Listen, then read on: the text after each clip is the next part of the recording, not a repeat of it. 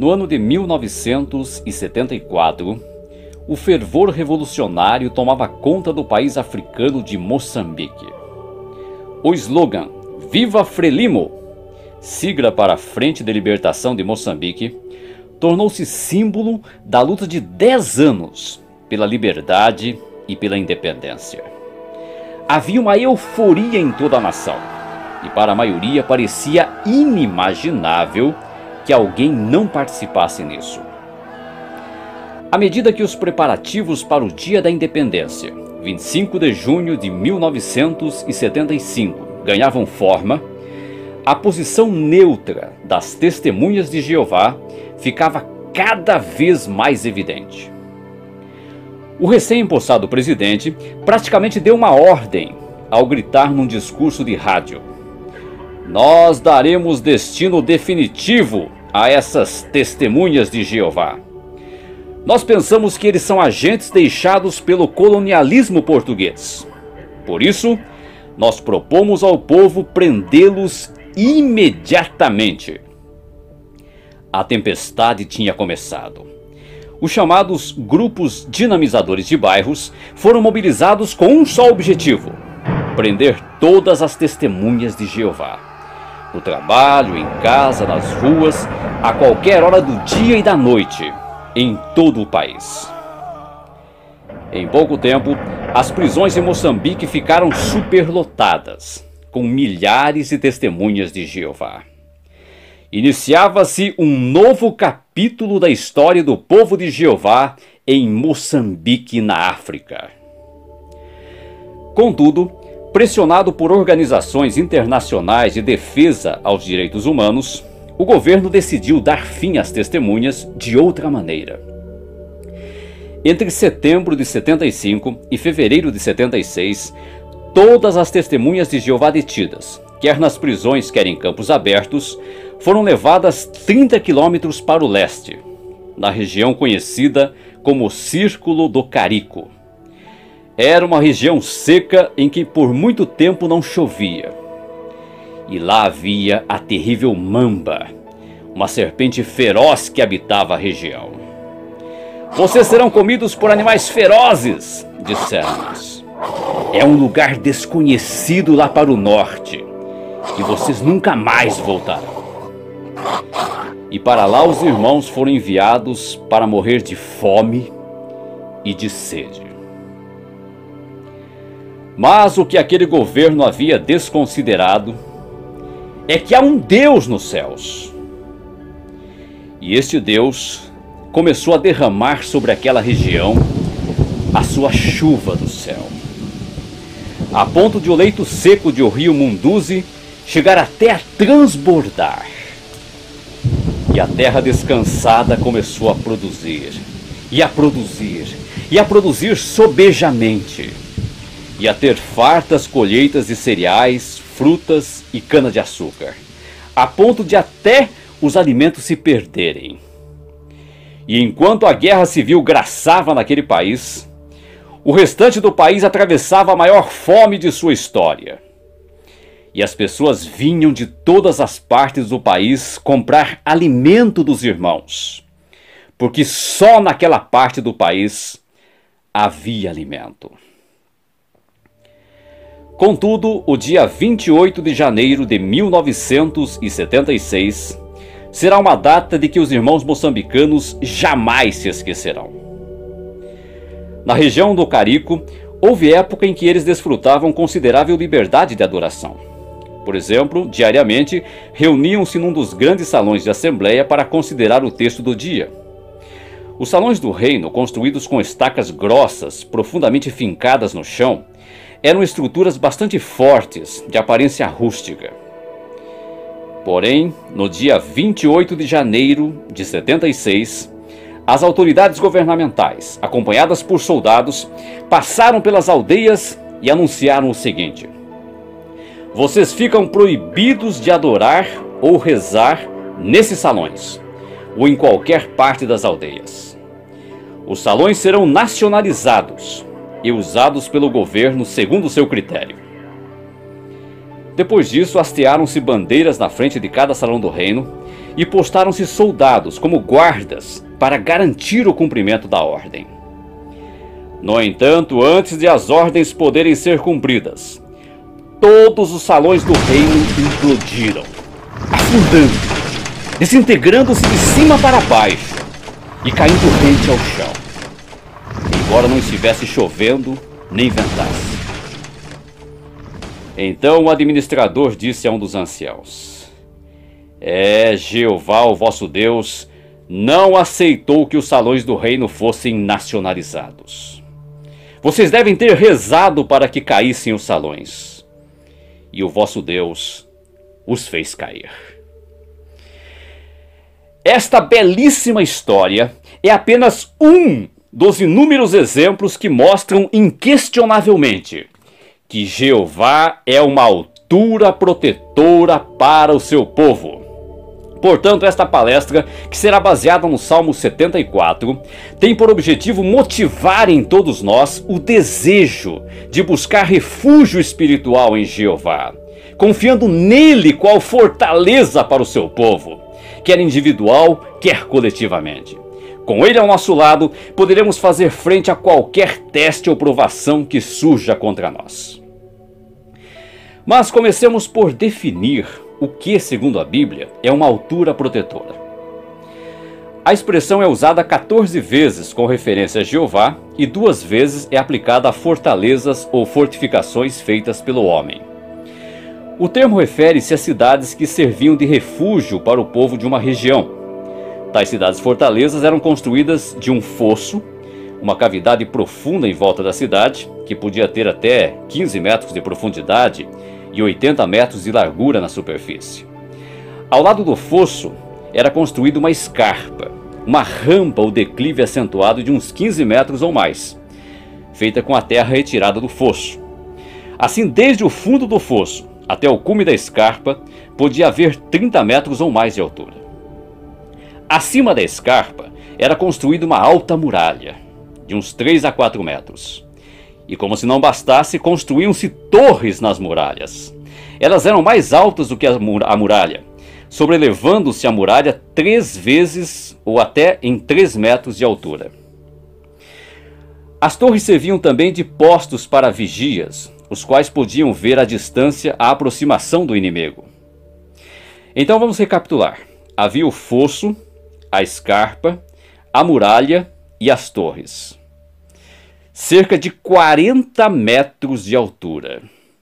Deu para entender então o pleno impacto do que significa uma altura protetora? Bem, tendo esta explicação como cenário de fundo, podemos observar as significativas palavras do Salmo 48, versículos 3, 12 e 13, que diz: Nas torres de habitação de Sião, o próprio Deus ficou conhecido como a altura protetora. Marchai ao redor de Sião e rodeai-a. Contai suas torres. Fixai os vossos corações na sua escarpa. Inspecionai suas torres de habitação, a fim de que o possais narrar à geração futura. Então o texto exortava os judeus a examinar a altura protetora que era Jerusalém, a qual, com suas poderosas muralhas defensivas, estava situada numa elevação maior do que quase qualquer outra grande capital da história humana. Mas o texto destaca que a verdadeira altura protetora era Jeová. De modo similar, a Sião moderna, representada na terra pela organização de Jeová, está fortemente edificada qual defensora da soberania universal de Jeová, e tem a Jeová como sua altura protetora. Isso é especialmente significativo porque Jeová Deus é simplesmente incomparável. Diversos títulos bíblicos realçam a sua retumbante grandeza. Por exemplo, ele é chamado de Altíssimo, Rei por tempo indefinido e Todo-Poderoso, para mencionar apenas alguns de tais títulos. Jeová tem poder ilimitado. Ninguém pode, com êxito, tomar posição contra ele. Mas, apesar de sua posição elevada, Jeová não está distante da humanidade. Ele está perto dos seus servos fiéis e os vê com carinho e compaixão. E em breve Jeová livrará seu povo deste mundo ímpio. Aproxima-se o tempo para Deus fazer um acerto de contas. É sobre isso que começa a falar o Salmo número 94, que nos diz assim os versículos 1 e 2. Ó Deus de atos de vingança, Jeová! Ó Deus de atos de vingança, reluz!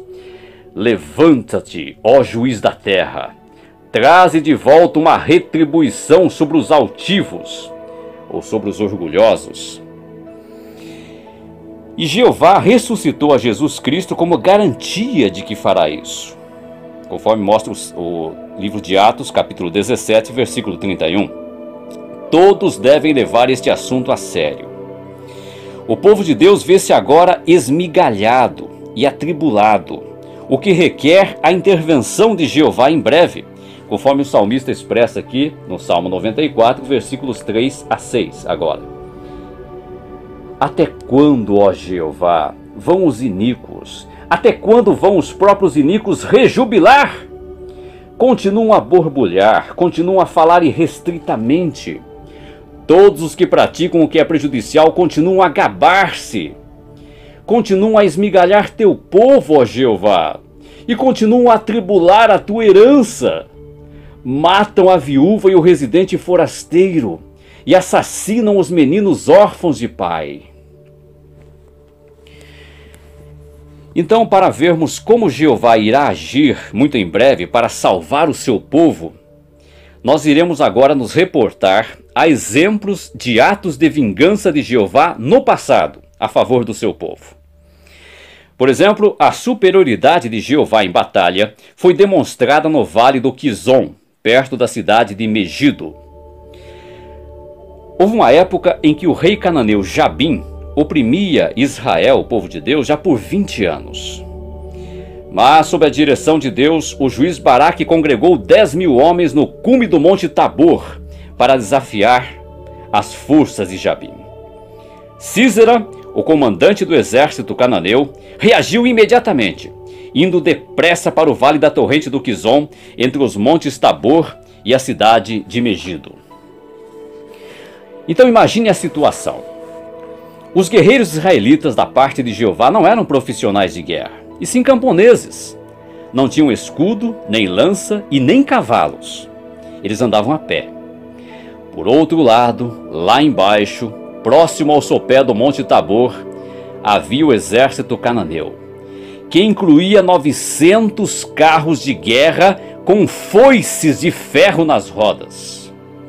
Uma força aparentemente invencível naqueles dias. Para os homens de Baraque que observavam lá do alto do Tabor, os muitos carros reunidos devem ter parecido assustadoramente impossíveis de deter, invencíveis. Então Jeová ordenou que Baraque e suas forças se precipitassem pelas encostas do Tabor e fossem para a planície do vale, atraindo as tropas de Sísera para a batalha.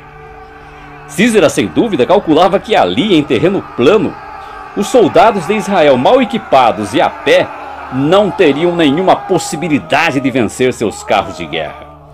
Ele não contava, porém, com lutar contra um inimigo celestial. Foi então que Jeová desferiu o golpe.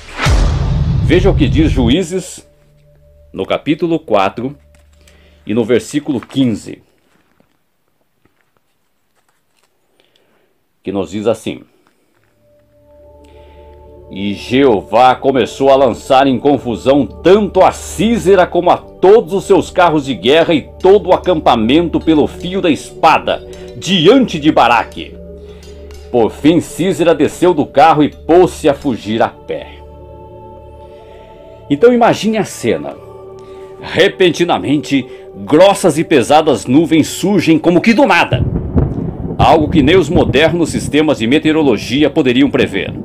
E forma-se um violento temporal, que cai como uma tromba d'água, transformando o leito seco do rio Quizon num pântano, imobilizando as tropas de Sísera, fazendo os carros de guerra do exército inimigo atolarem. Imagine os carros de guerra cananeus tentando escapar de tal lama. As águas furiosas da avolumada torrente do Quizon atolaram os carros dos cananeus e talvez tenha arrastado alguns cadáveres. Veja como isto foi descrito belamente em linguagem poética em Juízes capítulo 5, versículos 19 a 23, que nos diz: Vieram reis, eles lutaram. Foi então que os reis de Canaã lutaram em Taanaque, junto às águas de Megido. Não tiveram lucro de prata. Desde os céus lutaram as estrelas. Desde as suas órbitas lutaram contra Císera. A torrente de Quizon os arrastou. A torrente dos dias antigos, a torrente de Quizon. Foste pisar a força, ó minha alma. Foi então que os cascos dos cavalos escarvaram, ou seja, sofreram lesões, por causa do galopar precipitado dos seus garanhões. Amaldiçoai a Meroz, disse o anjo de Jeová. Amaldiçoai incessantemente os seus habitantes, pois não vieram em auxílio de Jeová com os poderosos. Segundo o historiador judeu Flávio Joséfo, ocorreu grande tempestade com Saraiva, obscurecendo a visão dos cananeus, de nada valendo seus arcos e suas fundas. E no pânico resultante, os soldados da infantaria de Israel derrotaram o inimigo, conforme nos mostra Juízes capítulo 4, o versículo 16, que diz: E Baraque foi no encalço dos carros de guerra e do acampamento até Arosete das nações, de modo que todo o acampamento de Císera caiu ao fio da espada. Não restou nem sequer um. Assim desenrolou-se mais um capítulo vital e triunfante na história do povo de Deus. E vale ressaltar que o registro histórico das batalhas de Jeová nos tempos antigos dá-nos hoje motivo para ter total confiança em sua vitória no futuro, na grande tribulação. Sempre no controle da situação, Jeová pode sobrepujar seus inimigos e manobrar as circunstâncias para a salvação do seu povo. Deveras será como Isaías profetizou em Isaías 42, 13. O próprio Jeová sairá como um poderoso. Como um guerreiro ele despertará o zelo. Bradará, sim dará um grito de guerra. Mostrar-se-á mais poderoso sobre os seus inimigos. Sim, aos olhos de suas testemunhas, como diz Êxodo capítulo 15, versículo 3, ele será para sempre Jeová, pessoa varonil de guerra. Mas, enquanto aguardamos a atuação divina, precisamos ter o conceito correto sobre a permissão da injustiça. Muitas coisas hoje não podem ser mudadas neste sistema, mas os perversos jamais irão se safar, conforme mostra Provérbios 24, versículos 19 e 20. É necessário, pois, continuarmos satisfeitos enquanto esperamos pacientemente a ação de Jeová, conforme as palavras de Miqueias 7,7. É tolo aquele que conclui que Jeová não está vendo. Conforme podemos ver agora do Salmo 94, versículos 7 a 11, a atitude, infelizmente, de alguns que perdem a confiança em Jeová. Nos diz assim, Salmo 94, 7 a 11. E estão dizendo: já não está vendo, e o Deus de Jacó não o entende. Entendei, vós os que sois irracionais entre o povo. E quanto a vós, estúpidos, quando é que tereis perspicácia? Acaso não pode ouvir aquele que plantou o ouvido? Acaso não pode olhar aquele que formou o olho? Porventura não pode repreender aquele que corrige nações, sim aquele que ensina aos homens conhecimento?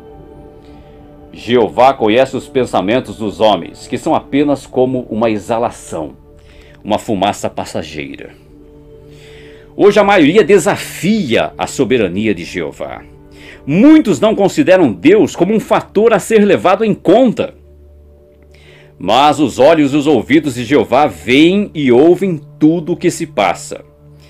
Conforme diz Hebreus 4,13, toda a criação está nua e abertamente exposta aos olhos daquele com quem temos uma prestação de contas. Alguns justificam a conduta desenfreada como se fosse um mero esporte, ou levam a vida dupla, presumindo que Deus não vê ou não discerne as suas más ações. Até podemos ver o que diz o Salmo número 10, versículo 13, a respeito desse assunto. Nos diz assim: por que é que o iníquo desrespeitou a Deus? Aqui explica: ele disse no seu coração: não exigirás prestação de contas. Então veja que não diz que o iníquo não crê em Deus, mas que ele não acredita que esse Deus irá exigir um julgamento, que esse Deus irá exigir uma prestação de contas. Mas quão tolo é concluir que aquele que fez o ouvido não pode ouvir, e que aquele que fez o olho não pode ver. E para ilustrar isso, vamos nos reportar ao ano de 1960, quando a ciência que aprende da natureza recebeu o nome de biônica. Talvez alguns se lembrem desse nome, biônica, que se refere até a um famoso seriado da TV americana.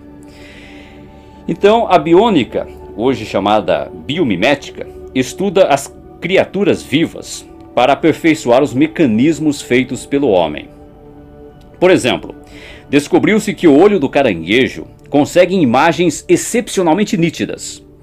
As células dos nervos ópticos do caranguejo têm ligações cruzadas, dando-lhe a incomparável capacidade de intensificar o contraste entre as imagens e o fundo do objeto sob visão.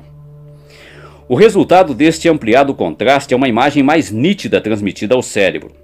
Este princípio foi usado para produzir imagens mais nítidas na TV. Por outro lado, descobriu-se que as mariposas têm ouvidos tão aguçados que pesquisadores ligaram um eletrodo e um amplificador ao ouvido abdominal da mariposa e puderam ouvir sons supersônicos que até mesmo o mais sensível microfone não podia captar. Agora eu pergunto aos presentes: será que aquele que fez o olho do caranguejo e os ouvidos da mariposa não consegue ouvir e ver o que nós fazemos? Portanto, o modo como levamos nossa vida deve demonstrar que nós não somos afetados nem de leve por esse errado modo de pensar. Jeová não tolerará a perversidade indefinidamente. O resgate de seu povo da opressão é iminente. Haverá fim de se tocar no globo do seu olho, como diz Zacarias 2:8. Por fornecer um escape, o Altíssimo mostrará que é uma altura protetora para o seu povo, como mostra o Salmo número 18, versículo 2, que diz: Jeová é meu rochedo, a minha fortaleza e aquele que me põe a salvo. Meu Deus é minha rocha, nele me refugiarei, meu escudo e meu chifre de salvação, minha altura protetora. Então, por todos os motivos mencionados, podemos ter a certeza de que Jeová nunca abandona seu povo. Por isso é vital que nós aprendamos o modo de pensar de Deus, que sejamos ensinados por Ele. Vejamos isso no Salmo número 94, agora os versículos 12 e 13, que nos dizem: Feliz o varão vigoroso a quem corriges, ó Jah, e a quem ensinas da tua própria lei, para dar-lhe sossego dos dias da calamidade, até que se escave uma cova para o iníquo no Armagedon. Assim, esforce-se a ser um dos que Jeová nunca abandonará. Não subestime a importância de assistir às reuniões e de fazer estudo pessoal da palavra de Deus. Nunca faça pouco caso da correção que Jeová dá por meio da sua palavra, da organização e dos anciãos. Há um enorme senso de segurança quando se conhece a verdade. O conhecimento exato dá estabilidade, felicidade, esperança, mesmo em épocas difíceis. Sentimos-nos confiantes sabendo que agora Jeová está preparando o seu povo para ser preservado. Jamais permita também que as emoções o façam agir tolamente, concluindo que você sofre calamidades porque desapontou a Jeová. O Salmo 94, versículos 14 e 15, nos diz: Pois Jeová não abandonará seu povo, nem deixará sua própria herança, porque a decisão judicial retornará à própria justiça, e todos os retos no coração a seguirão. Aqui o versículo 15 até parece um pouco nebuloso, um pouco obscuro, mas nós podemos compreendê-lo, dando atenção às palavras colocadas. Aqui diz que a decisão judicial, ou seja, aquela decisão emitida por um juiz, como que num tribunal, no caso da organização, emitida pelos juízes que cuidam da organização, os anciãos congregacionais, retornará à própria justiça, pousará na justiça. O que significa que mesmo que hoje não haja justiça em alguns casos, possa haver injustiça devido à imperfeição, mas Jeová irá corrigir cada questão, cada assunto no seu próprio tempo devido. E aí, finalmente, toda decisão judicial proferida através dos representantes de Jeová na terra estará repousando, estará sendo fundamentada na própria justiça. O povo de Jeová nem sempre consegue hoje evitar as consequências da imperfeição humana e da perversidade. Nós não somos imunes às adversidades. Mas Jeová é o tipo de amigo que sempre estará com você. Não importa onde você esteja, nem quem ou o que esteja contra você. É o que nos mostra agora o Salmo 94, versículos 16 e 17. Quem se levantará por mim contra os malfeitores? Quem tomará a sua posição por mim contra os que praticam o que é prejudicial? Se Jeová não tivesse vindo em meu auxílio, em pouco tempo a minha alma teria residido em silêncio na morte. A paz de Deus excede todo o pensamento e guardará o coração e as faculdades mentais, conforme Filipenses capítulo 4, versículos 6 e 7. Esta paz é uma serenidade que vem de termos uma relação íntima, achegada com Jeová. Esta intimidade nos dá confiança de que, não importa a aflição, Jeová não nos abandonou. Entenda que Jeová compreende as nossas preocupações. O Salmo 94, versículos 18 e 19, nos diz assim: Quando eu disse, meu pé certamente cambaleará, amparava-me a tua própria benevolência, ó Jeová. Quando os meus pensamentos inquietantes se tornaram muitos no meu íntimo, tuas próprias consolações começaram a afagar, a acariciar a minha alma. Então veja que o salmista também entretinha, por vezes, pensamentos inquietantes que faziam com que ele perdesse o sono à noite. Mas aí o que ele fazia para conseguir reverter a situação? Ele se baseava nas consolações, ele meditava, refletia nas consolações, ou seja, em textos ou passagens ou relatos consoladores da parte de Jeová. E isso fazia com que ele ficasse calmo, com que ele ficasse com serenidade. Por conseguinte, meditar na palavra de Deus ajuda os que sofrem a confiar em que Jeová se importa com a situação difícil pela qual os servos de Deus estão passando. Por outro lado, abrigar pensamentos negativos quando se passa por tribulações pode enfraquecer a fé. É importante pedir auxílio de Jeová em oração fervorosa, expressando os mais profundos temores e ansiedades. Visto que Jeová sempre é leal, podemos confiar nele como a nossa altura protetora em tempos de aflição, conforme nos mostra o Salmo número 9 e também o versículo 9.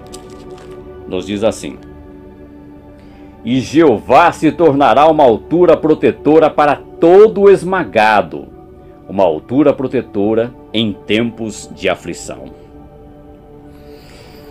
Então Jeová prometeu ser esta proteção, e Deus não pode mentir.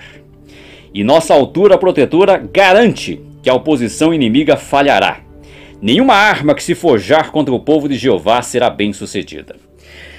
Vamos ver agora o Salmo 94, os versículos 20 a 22. Estará aliado contigo o trono que causa adversidades, ao passo que forja desgraça por meio de decreto?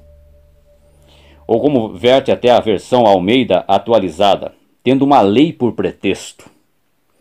Fazem ataques penetrantes à alma do justo, e pronunciam iníquo até mesmo o sangue do inocente. Jeová, porém, se tornará para mim uma altura protetora, e meu Deus, a rocha de meu refúgio. Então, como o texto indica, os inimigos do povo de Jeová haveriam de urdir a calamidade, tendo uma lei por pretexto. Eles haveriam de legalizar a perseguição perversa, para forçar-nos a abandonar nossa fé em Deus, a nossa adoração e o nosso serviço a Ele. Nos casos legislativos, da saudação à bandeira, das transfusões de sangue, dos decretos ditatoriais contra a existência das testemunhas de Jeová, os nossos inimigos, consciente ou inconscientemente, têm engendrado contra nós vexames sob a aparência de lei. Muitas vezes isso tem resultado em proscrição, prisão, espancamento, tortura e até mesmo na morte de pessoas tementes a Deus. Mas os inimigos não serão bem-sucedidos. Até mesmo a calamidade não afetará espiritualmente os servos fiéis de Jeová, pois eles estão escondidos no lugar de abrigo seguro de Jeová. Ele não permitiu que a organização fosse varrida pela perseguição. As testemunhas de Jeová não ficam paralisadas de medo devido aos ataques injustos. Não, elas se recusam a calar-se. E vale ressaltar também que Jeová fez do seu povo uma altura protetora. Por exemplo, em 1918, a organização quase foi exterminada na Primeira Guerra Mundial. Mas aí Jeová começou a transformar a sua organização, que até então era mais vulnerável, em uma altura protetora. Então, primeiramente, ele construiu um fosso, por assim dizer, figurativamente falando, ao redor da sua organização. Como é que ele fez isso? Em 1919, então ele passou a fazer com que a organização passasse a ter uma natureza teocrática, um perfil teocrático, porque até então todos os anciãos eram de fato não designados como acontece hoje, mas havia um voto, eles eram escolhidos, eleitos pela congregação. Era uma forma democrática e não teocrática. Mas em 1919, o diretor de serviço da congregação passou a ser designado diretamente pela organização de Jeová. Então foi como se Jeová construísse um fosso ao redor da sua organização. Em 1932, também acabou o arranjo de anciãos eleitos, anciãos eletivos. Aí todos os anciãos passaram a ser designados teocraticamente, de cima para baixo. Então era como se Jeová tivesse construído uma grande escarpa, aquela rampa acentuada em volta da sua organização. E em 1938, todos passaram a ser designados teocraticamente. Então, todas as pessoas ali que serviam a Jeová em cargos de serviço eram designados teocraticamente. Então foi como se Jeová construísse uma alta muralha em volta da sua organização. Então essa organização estava agora preparada para o que havia de vir, que era a Segunda Guerra Mundial no ano seguinte, em 1939, onde haveria o rolo compressor nazista.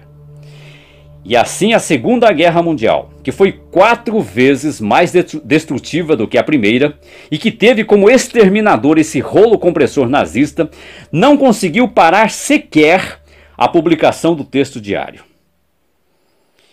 E em 1972, Jeová fez com que houvesse o arranjo de corpos de ancião. Ao invés de ser apenas um servo de congregação, único ancião, ditando as regras, agora havia um corpo de anciãos para deliberar sobre os assuntos congregacionais. Então é como se Jeová tivesse construído torres sobre as altas muralhas. Hoje, a organização de Jeová, semelhante a Jerusalém dos tempos bíblicos, é indestrutível. ela é inexpugnável. É uma altura protetora. E o paraíso espiritual, a condição de prosperidade espiritual que existe dentro da organização, floresce na terra toda, havendo um acréscimo diário de multidões. Isso só é possível porque Jeová é a nossa altura protetora, como nos mostra o Salmo número 59 e versículo 9. Nos diz assim: ó minha força, a ti é que vou vigiar, pois Deus é minha altura protetora. Portanto, sirva a Jeová fielmente e continue a viver. Jeová não nos desapontará. Os ímpios serão destruídos, conforme agora o Salmo 94, o último versículo, o versículo 23, que diz: e fará retornar sobre eles o que deles é prejudicial, e os silenciará com a sua própria calamidade. Jeová nosso Deus os silenciará. É iminente o dia de Jeová, o mais atemorizante em toda a história da humanidade. Todos os que não se submeterem voluntariamente à vontade de Deus perecerão. É necessário que Jeová execute a justiça por respeito ao seu próprio nome sagrado e por amor aos seus servos leais. Todos os que demonstrarem confiança irrestrita em Jeová sobreviverão.